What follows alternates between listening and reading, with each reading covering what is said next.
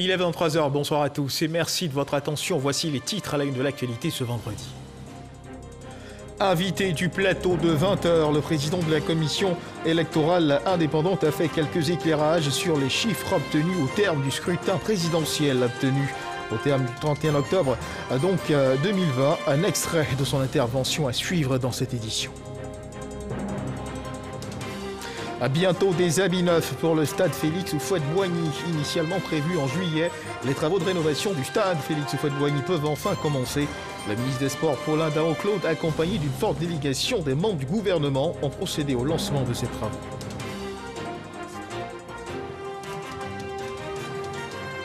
Violence post-électorale à Mbato, une dizaine de personnes ont été interpellées au lendemain des affrontements intercommunautaires survenus dans la ville. La gendarmerie nationale sensibilise à la paix dans la localité. Voilà pour l'essentiel. Oui, bonsoir à tous. Son Altesse l'émir du Qatar adresse un message de félicitations à son Excellence le président Alassane Ouattara, président de la République de Côte d'Ivoire, à l'occasion de sa victoire pour un nouveau mandat présidentiel au terme du scrutin du 31 octobre dernier. Justement, ce qui relève de ce scrutin présidentiel organisé le 31 octobre dernier par la commission électorale indépendante, le président de cette commission, Ibrahim Koulibaly Kuiber, était l'invité du journal de 20h présenté par Marie-Laure Ngoran. Le président de la commission électorale indépendante a fait quelques éclairages sur les chiffres obtenus au terme de ce scrutin. Je vous invite à suivre un extrait de son intervention. Le taux de participation est de 53,90%. Comme son nom l'indique, le taux de participation permet d'appréhender les Ivoiriens qui ont participé effectivement au vote. Participer, c'est prendre part au vote. Il est calculé sur la base qui suit. On fait la somme des votants qu'on déduit de la population électorale. Tel est le principe. De sorte que le principe aurait été, dans son application, 7 495 000 personnes, 0,89 électeurs, moins le nombre de votants pour trouver le taux de participation. Mais comme je l'ai dit, la participation sous-entend prendre part. Or, il se trouve que certains de nos concitoyens ont empêché l'administration électorale de se déployer sur toute l'étendue du territoire, empêchant celle-ci d'ouvrir ses bureaux et permettre à la population d'exprimer sa volonté de participer à l'élection. Comme je le dis toujours, voter, c'est mettre le bulletin dans l'urne. C'est un droit. Comme ne pas voter, c'est également un droit. Donc, voter ou ne pas voter est un droit. Sauf que, quand le citoyen décide de voter et qu'un autre l'empêche de voter, ce n'est plus le droit. Alors, c'est pour cette raison que, pour sanctionner un tel état de fait, la commission électorale a déduit de la population électorale toutes les zones qui n'ont pas pu participer au vote pour apprécier le taux de vote, le taux de participation. Ce qui semble normal, parce que participer, c'est prendre part. Ils n'ont pas pu prendre part parce que l'administration électorale n'a pas pu se déployer sur toute l'étendue du territoire. Alors, il se trouve donc qu'il s'agit de 4 780 bureaux de vote. Sur les 22 381 bureaux de vote, il s'agit de 4 780 bureaux de vote, qui correspond à une population électorale de 1 428 641. Alors, quand on déduit les 1 428 641 de 7 495 082, nous avons 6 066 441 qui ont voté. Alors, qui ont participé au vote. Et maintenant, dans ces 6 millions, il y a 3 millions et quelques qui ont participé au vote, qui ont exprimé leur suffrage. D'accord. Alors, il y a des thèmes qui méritent d'être expliqués. Bien sûr. Bulletin nul, bulletin blanc. Oui. De quoi s'agit-il? Quelle est la différence? Alors, quand on apprécie le taux de suffrage exprimé, comme je vous l'ai dit, quand on participe à un vote, c'est pour appréhender la volonté de l'électeur. Laquelle volonté s'exprime sur un bulletin. Et ce bulletin doit revêtir, cette volonté doit revêtir un certain nombre de caractéristiques, notamment la clarté, la précision. Lorsque l'électeur exprime sa volonté, il faut que cette volonté soit claire et précise. Mais quand elle est équivoque, ne permettant pas ainsi au juge électoral d'appréhender sa véritable volonté, on l'annule. Alors quand vous décidez d'apprécier le taux de suffrage exprimé, mais vous ne mettez pas le bulletin nul parmi le taux de suffrage exprimé, parce que, évidemment, l'électeur n'a pas pu exprimer sa volonté. Je vous prends un exemple. Nous avions 4 candidats. Et puis, vous cochez dans les 4 cases. Qu'est-ce que vous avez choisi? Rien. Rien. Ben, dans ce cas, le juge ne peut pas appréhender ce que vous voulez. D'accord. Donc, c'est pour cette raison qu'on annule un tel bulletin. Et le bulletin nul ne fait pas partie de la computation du suffrage exprimé. D'accord. Alors, le suffrage exprimé va s'obtenir par la somme des suffrages exprimés au profit de chaque candidat, plus le bulletin blanc. Mais qu'est-ce que c'est que le bulletin blanc? Le bulletin blanc, c'est le bulletin où l'électeur exprime sa volonté, mais ne le fait pas au profit d'un candidat. Il met son bulletin sans désigner un candidat. C'est un bulletin blanc. Il a l'intérêt d'apprécier la volonté de l'électeur qui dit « j'aime le vote » parce que le vote est le procédé qui est prévu par la Constitution. N'oublions pas qu'il y a plusieurs modalités de prendre le pouvoir, soit par la force, soit par la monarchie, soit par l'élection. Et nous, on a choisi le mot de l'élection. La Constitution le dit que le pouvoir appartient au peuple et le peuple le transfère à ses gouvernants élus par le biais de l'élection. Donc nous avons choisi l'élection. Alors, il n'y a pas de violence dans l'élection. Alors quand le citoyen vient s'exprimer de cette façon, il fait partie de ceux qui ont exprimé leur volonté. Sauf que, à la différence du bulletin nul, lui, il ne désigne personne. Alors que l'autre, il ne désigne personne parce qu'on n'arrive même pas à appréhender la volonté de l'électeur. Voilà, Ibrahim Koulibaly Kuibière, le président de la commission électorale indépendante à l'instant. Au terme de l'élection présidentielle tenue le 31 octobre 2020, qui a vu la victoire du candidat du RHDP, Alassane Ouattara, le groupe parlementaire RHDP du Sénat s'est exprimé par le biais d'une déclaration. Le groupe parlementaire RHDP du Sénat salue la victoire de son candidat et dénonce les violences survenues au cours du scrutin.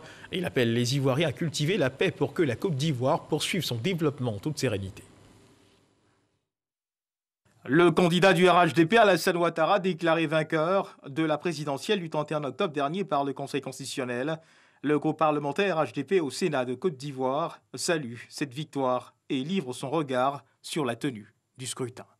Le groupe parlementaire RHDP au Sénat félicite chaleureusement son candidat, le président Alassane Ouattara, pour sa brillante élection. Le groupe parlementaire RHDP au Sénat se réjouit de constater que le peuple de Côte d'Ivoire a relevé le défi de l'organisation et de la tenue de cette élection à la date constitutionnelle. Le groupe parlementaire RHDP au Sénat note avec satisfaction le bon déroulement de l'élection sur l'ensemble du territoire national et à l'extérieur. Le groupe parlementaire RHDP au Sénat remercie les Ivoiriens et Ivoiriennes pour avoir fait preuve de civisme et de patriotisme. Toutefois, le groupe parlementaire RHDP au Sénat note avec amertume que dans quelques régions, le vote a été émaillé de violences ayant entraîné des dégâts matériels et des pertes en vies humaines suite à l'appel à la désobéissance civile et au boycott actif lancé par une partie de l'opposition politique.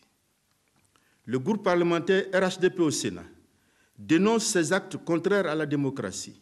Il présente ses condoléances aux familles éplorées, souhaite prompt rétablissement aux blessés et témoigne de sa totale solidarité à ceux qui ont perdu des biens. Le groupe parlementaire RHDP au Sénat invite les Ivoiriens à œuvrer ensemble dans l'Union pour bâtir une Côte d'Ivoire réconciliée et unie. 13 partis de l'opposition réunis au sein d'une plateforme regroupant l'Alliance des Ivoiriens pour la démocratie, l'AID, et l'Union des masses populaires pour la patrie, l'UMPP, félicitent le président Alassane Ouattara pour son élection. C'était au cours d'une conférence de presse. La plateforme invite le gouvernement à poursuivre le dialogue avec l'opposition. Ahmed Traoré, Abdoulaye Koné. Après la validation du scrutin du 31 octobre par le Conseil constitutionnel, confirmant l'élection du candidat du RHDP, Alassane Ouattara, comme président de la République, la plateforme AID et UMPP, à savoir l'Alliance des Ivoiriens démocrates et l'Union des masses populaires pour la patrie, fait la déclaration suivante. Le présidium de l'AID et de l'UMPP adresse au président élu ses chaleureuses félicitations. Nous encourageons le président élu, Alassane Ouattara, à poursuivre ses efforts pour la consolidation de la paix. L'AID et l'UMPP lancent un appel à tous les Ivoiriens pour qu'ils placent par-dessus tout la paix et la cohésion sociale et cherchent à résoudre tous les différends par le dialogue et les voies du droit. Nous nous félicitons de la rencontre entre le président Alassane Ouattara et son aîné Henri Konan Bédié, ce qui augure des lendemains meilleurs. Nous demandons à chacun d'œuvrer pour la paix et la réconciliation. La plateforme AID et UMPP est un groupement de 13 partis politiques de l'opposition. Elle souhaite le renforcement du dialogue entre les autorités du pays et les partis de l'opposition. Le Congrès panafricain pour le renouveau CPR, par la voix de son président Doumbia Major, au cours d'une conférence de presse tenue ce vendredi, a salué la victoire du candidat du RHDP Alassane Ouattara à l'élection présidentielle du 31 octobre. Il déplore cependant la création du CNT, le Conseil national de transition, par l'opposition et appelle à l'union des fils de la Côte d'Ivoire, Ahmed Traoré, Astou Touré. Un dialogue rationnel. Durant la conférence de presse qu'il a animée, Doumbia Major a fait un tour d'horizon de l'actualité sociopolitique. Face à la presse, il a adressé ses félicitations au président Alassane Ouattara pour son élection, puis exhorté les autorités du pays à prôner le dialogue avec la classe politique ivoirienne. Il y a 3 millions et plus d'Ivoiriens qui ont voté pour le président Ouattara. Pour nous, cela est une réponse claire au débat sur l'éligibilité et montre que les Ivoiriens sont mobilisés et tiennent à la démocratie et qu'ils montrent à notre peuple et à nos hommes politiques que l'élection est la seule voie d'accès au pouvoir. Nous saluons le dialogue. Nous invitons le président Ouattara à poursuivre dans le sens du dialogue, un dialogue inclusif, un dialogue avec un esprit de fraternité, de sincérité. Au cours de ce rendez-vous avec la presse, le président du CPR, Congrès panafricain pour le renouveau, a déploré l'attitude de l'opposition ivoirienne concernant la création du CNT, le Conseil national de transition. Nous avons condamné la CNT, Conseil national de transition. Ce n'est pas acceptable dans notre pays que des individus qui n'ont pas participé à une élection se déclarent d'une certaine façon vainqueurs et mettent en place un gouvernement. Ce serait la porte ouverte au désordre, à l'anarchie. Au terme de ce rendez-vous, le conférencier a lancé un appel à tous les Ivoiriens pour qu'ils placent par-dessus tout la paix et la cohésion sociale. La haute autorité de la communication audiovisuelle, AACA, dénonce le traitement que présentent certains médias internationaux de la situation socio-politique en Côte d'Ivoire suite à l'élection présidentielle du 31 octobre dernier. Une position de l'AACA affichée via voie de communiqué Cheikh Koné. La haute autorité de la communication audiovisuelle AACA constate que suite à l'élection présidentielle du 31 octobre 2020, certains médias audiovisuels internationaux présentent une situation chaotique de la Côte d'Ivoire, ne correspondant à aucune réalité tangible et se font parfois le relais d'appels séditieux. La AACA relève que ces informations dont la véracité n'est nullement établie sont de nature à inciter à la haine et à la violence et à fragiliser ainsi la cohésion sociale. La AACA tient à exprimer sa vive préoccupation quant à cette manière de traiter l'information et invite par conséquent les médias audiovisuels dans leur ensemble à un traitement davantage professionnel et responsable de l'information en vue de préserver la paix et contribuer de manière significative à la réussite du dialogue dans lequel les acteurs politiques ivoiriens se sont engagés. Fait à Abidjan le 13 novembre 2020, pour la AACA, le président, Maître René Bourgoin. Au lendemain des affrontements intercommunautaires survenus à Mbato, plusieurs personnes ont été interpellées, une dizaine au total, et plusieurs armes saisies par la gendarmerie nationale. La gendarmerie nationale, dans le cadre de ses actions de proximité, a échangé avec les différentes couches de la localité pour appeler à l'apaisement. C'est ce que nous dit Abou Sanogo. Mbato, ville du centre-est de la Côte d'Ivoire dans la région du Moronou, se remet des frictions qui se sont soldées par des morts, des blessés et des destructions de biens. Au lendemain de ces événements, la gendarmerie nationale a, au cours d'opérations de démantèlement de barrages et de perquisitions, réussi à interpeller une dizaine d'individus et saisi plusieurs armes. Il s'agit notamment de 8 fusils de type calibre 12, 2 fusils de type calibre 14, un pistolet artisanal et de nombreuses cartouches. Tous ces individus interpellés seront conduits devant les juridictions compétentes pour répondre de leurs actes. Mbato renoue à présent avec le calme après l'intervention des forces de l'ordre déployées. Et le commandant supérieur de la gendarmerie nationale, le général de division Alexandre Apalou Touré, a multiplié pour sa part les rencontres avec l'ensemble des populations pour les exhorter à l'unité et au vivre ensemble. Un comité de veille a par ailleurs été mis en place à cet effet pour restaurer et maintenir la confiance entre les différentes parties. Et puis sachez que la ministre de la Solidarité et de la Cohésion sociale, le professeur Mariatou Koné, était ce vendredi 13 novembre 2020 au centre hospitalier universitaire de Cocody. Elle a apporté la compassion du gouvernement aux 3 victimes de la crise post-électorale qui y sont admises pour une intervention chirurgicale. Au terme de sa visite, la ministre se dit satisfaite de la prise en charge médicale accordée à ses patients et rassure leur famille sur la gratuité des soins. La ministre de la Solidarité et de la Cohésion sociale et de la lutte contre la pauvreté, Mariatou Koné, a reçu une délégation du comité de coordination élargie pour faire le point de la mission effectuée à l'intérieur du pays à l'occasion de l'élection présidentielle. Il s'agissait d'évaluer les besoins des populations impactées par les violences. C'était en présence du coordonnateur résident du système des Nations Unies en Côte d'Ivoire, Astou Touré. 85 morts, plus de 480 blessés, de nombreux dégâts matériels et des déplacés. C'est le bilan des violences enregistrées lors de l'élection présidentielle de 2020. En marge de cette élection, un groupe d'évaluation rapide des besoins des populations en période conflictuelle était sur le terrain. Un comité composé, entre autres, du HCR, de l'UNICEF, de la Croix-Rouge, de la CEDEAO et de l'OMS. 25 localités ont été visitées et 22 ont observé des mouvements de population. Les besoins prioritaires restent l'alimentation, l'abri, la santé et l'éducation.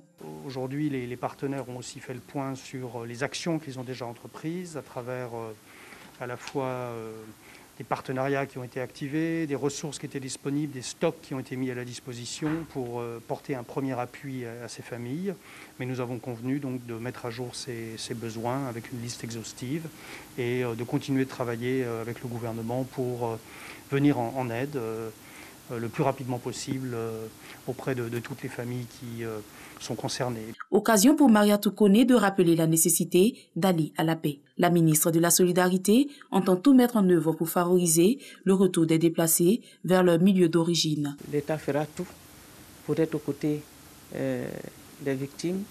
Et pour cela, nous avons commencé un certain nombre d'actions, d'assistance. L'appel à l'apaisement, c'est un appel permanent que nous lançons. C'est un appel que nous lançons tous les jours. Nous n'avons qu'un seul pays. Nous devons faire en sorte que le pays ne brûle pas. Nous devons faire en sorte que les acquis que nous avons obtenus en matière de cohésion et de réconciliation soient préservés et que nous puissions vivre ensemble malgré nos différences parce que, au-delà de la politique, nous demeurons frères et sœurs. Selon le groupe d'évaluation rapide, 5530 personnes se sont déplacées du fait des violences, certains à titre préventif, d'autres pour fuir les violences intercommunautaires. À suivre à présent le constat d'un reporter. Après quelques jours de remous sociaux, la vie a repris dans la ville de Gagnoa et les localités environnantes, notamment Saint-Fra, Bayota et Serio. Le constat de notre reporter Charles Tatou. La vie reprend son cours normal dans les villes et villages après le scrutin présidentiel. Nous sommes sur l'axe Yamoussoukro-Saint-Fra, zone à forte production de vivriers. Les conducteurs de tricycles se frottent les mains pour la reprise de leurs activités. Chaque voyage, ça dépend. Souvent, on fait à 5 000. Souvent, si c'est pas loin, on fait ça à 2 500. Par jour, on peut faire 10 voyages ou bien 15 voyages comme ça. Les acteurs des filières bananes et fruits ont investi les villages, lieu de stockage des productions. Demain, nos marchés, c'est Abidjan. On doit faire le chargement aujourd'hui, dimanche. On charge des camions et véhicules de transport pour l'approvisionnement quotidien des marchés d'Abidjan et de Bouaké. Ça fait 2 semaines ici, je suis là. Et puis on est venu chercher bagages. Comme le temps nous a menaçant, ça va maintenant. On cherche bagages pour aller à Abidjan, pour aller voir comment ça est là-bas. Saint-Fra, les remous sociaux connus par certaines localités n'ont pas affecté la ville. L'harmonie entre les communautés a fait barrage aux vieux démons de fragilisation de la paix et la cohésion sociale. On vit avec nos frères de façon intelligente. Après les événements électoraux, on vit bien. On a eu l'habitude de nous côtoyer, on a eu l'habitude de nous amuser ensemble et c'est ça qui continue. L'ambiance dans le marché, une des preuves. Je suis venu acheter mes mèches pour aller me tresser. Ici à Saint-Fra, on vit en fraternité ici. Tout va bien. Mais seulement, on rend gloire à Dieu parce que c'est lui qui a permis que cela soit. Néanmoins, on constate une petite morosité à cause des congés scolaires. Idem à Bayota, dans la région du Go. Chez nous ici à Bayota, dans la ville de Bayota, il n'y a pas eu de mouvement, il n'y a pas eu de palabre. Voilà, après les élections et avant les élections, nous sommes tous là, nous vivons en frères. Gagnoa, chef-lieu de région, les remous sociaux n'ont pas épargné la ville. Mais très rapidement, les choses sont rentrées dans l'ordre. Les autorités locales ont usé de toutes les stratégies pour ramener la paix. Certains jeunes gens profitent pour créer le doute. Et c'est dans ce sens-là que j'ai essayé de créer peut-être un petit groupe de veille dans le quartier. S'il y avait des problèmes, des personnes suspectes, d'alerter tout de suite le préfet de police pour partir vérifier vraiment si ces personnes-là sont de ce quartier, bien qu'est-ce qu'ils sont partis faire. Je crois que je fais vraiment le tour de plusieurs quartiers. Et Dieu merci, rien à signaler à ce jour. La vie a totalement repris. Les maquis et les boîtes de nuit reçoivent leur monde habituel.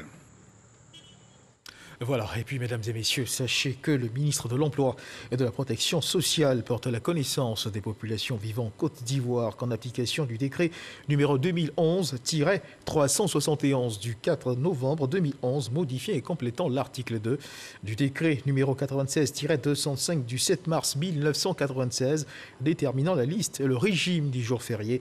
Le dimanche 15 novembre 2020, journée nationale de la paix est déclarée jour férié chômé sur toute l'étendue du territoire national. Et puis cette bonne nouvelle pour le stade Félix Houphouët-Boigny d'Abidjan, bientôt des habits neufs pour ce stade.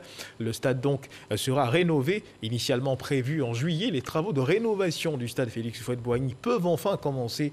Le ministre des Sports, Paulin Darot-Claude, accompagné d'une forte délégation des membres du gouvernement, ont procédé au lancement de ces travaux. C'était en fin d'après-midi ce vendredi sur l'esplanade de cette enceinte sportive, en présence de notre reporter Arsène Kouassi.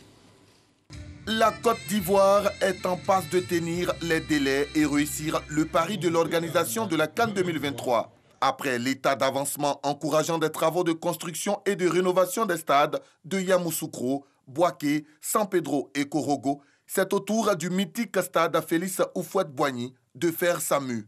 Comme en témoigne le lancement des travaux de rénovation de cette enceinte sportive par le ministre des Sports ainsi que certains membres du gouvernement. Pour marquer la détermination du gouvernement et saluer la présence très distinguée de nombreux membres du gouvernement qui montrent l'engagement du gouvernement à respecter ses engagements vis-à-vis de la CAF en réalisant ces infrastructures sportives pour la CAN 2023. Vive le Félicia, pour que vive la Côte d'Ivoire. L'entreprise en charge des travaux, assistée de l'Office national des sports et du Bureau national d'études techniques et du développement, se disent honorés de cette mission qui leur sont assignées pour une période de 18 mois. Nous sommes conscients de la complexité et de la difficulté de ce projet, mais nous sommes convenus que l'expérience acquise dans divers stades au monde, et en particulier dans le stade de la paix au Bouaké, nous donnera les outils et les connaissances nécessaires pour atteindre notre objectif. Pour rappel, la rénovation du stade Félix Houphouët-Boigny constitue l'un des 5 stades devant abriter les compétitions de la Coupe d'Afrique des Nations 2023, dont la Côte d'Ivoire est le pays hôte. Le ministre du Budget et du portefeuille de l'État a lui visité le centre sportif culturel et l'éthique ivoiro-coréen Alassane Ouattara de Taekwondo. Moussa Sanogo est allé s'imprégner de l'avancée des travaux avant l'inauguration officielle de ce joyau architectural. Jean-Sylvain Ressot.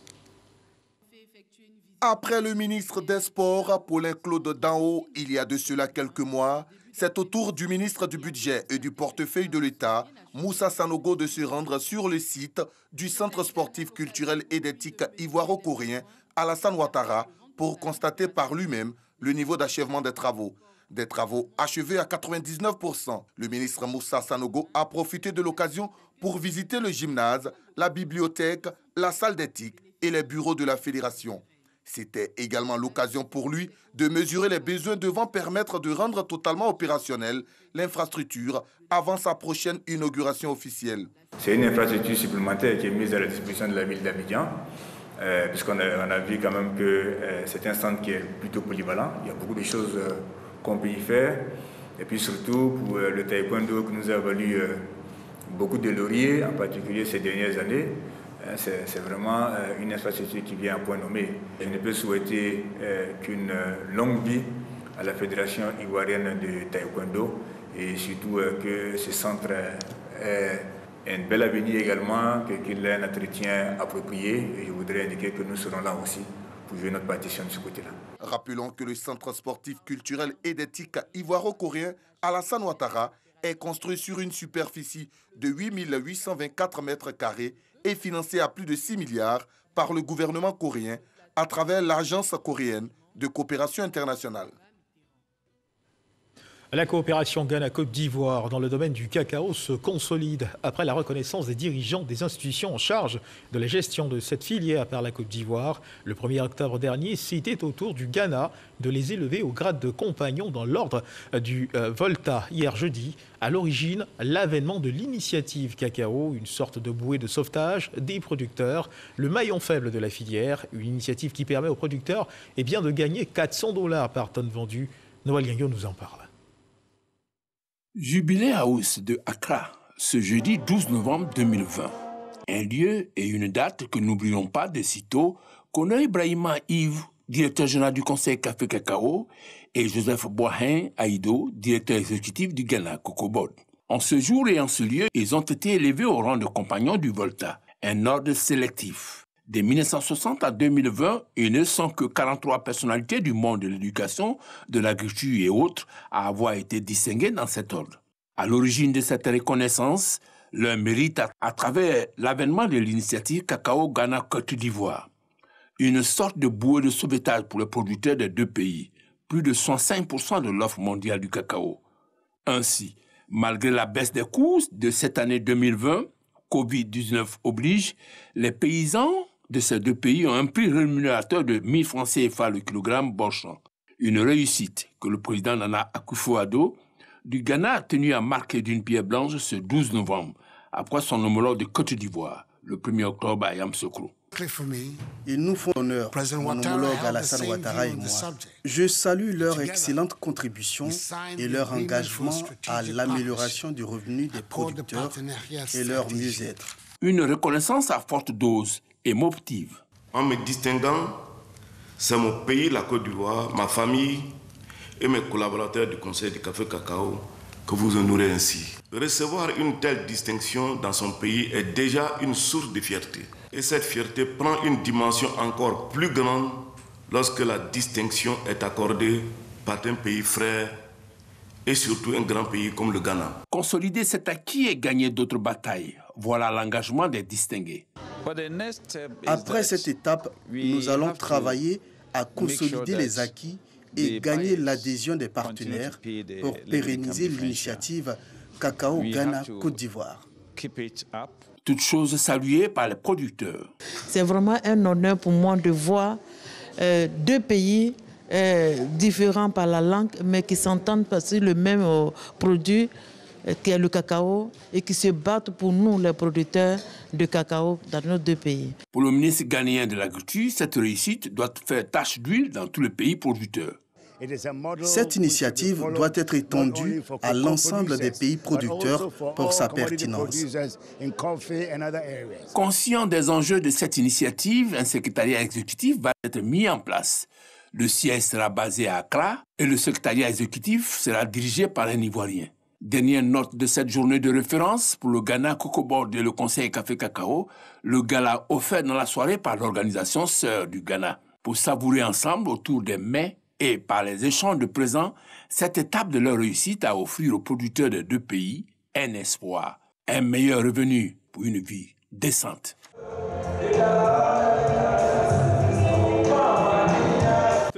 Parlons du Ghana. Un deuil national est décrété au Ghana, donc suite au décès de l'ancien président Jerry John Rawlings. En signe de respect, le président Nana Akufo-Addo a décrété un deuil national de 7 jours à compter de ce vendredi 13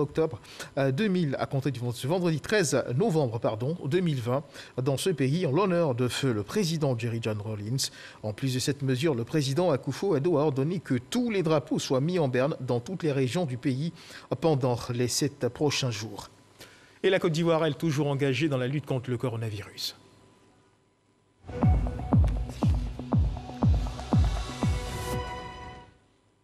Parlons à présent de santé. Les derniers chiffres enregistrés ce jour pour ce qui concerne l'évolution de la Covid-19 font état de 17 nouveaux cas enregistrés. Donc, la Côte d'Ivoire compte au total 20 899 cas confirmés, 20 599 personnes guéries et 127 décès. Et toujours dans l'actualité internationale, la France a annoncé avoir neutralisé au Mali au cours d'une opération menée par la force Barkhane, un cadre historique de la mouvance djihadiste au Sahel liée à Al-Qaïda. Bagdad Moussa est considéré comme responsable de plusieurs attaques contre les forces maliennes et internationales. C'est ce qu'a souligné la ministre française des Armées Florence Parly dans un communiqué qui salue un succès majeur dans la lutte contre le terrorisme. Et c'est sur cette information que se referme cette édition. Merci de nous avoir suivis. Je vous retrouve demain 10h pour le flash d'information, 13h pour le journal de la mi-journée. Merci de nous avoir suivis. Dieu nous garde.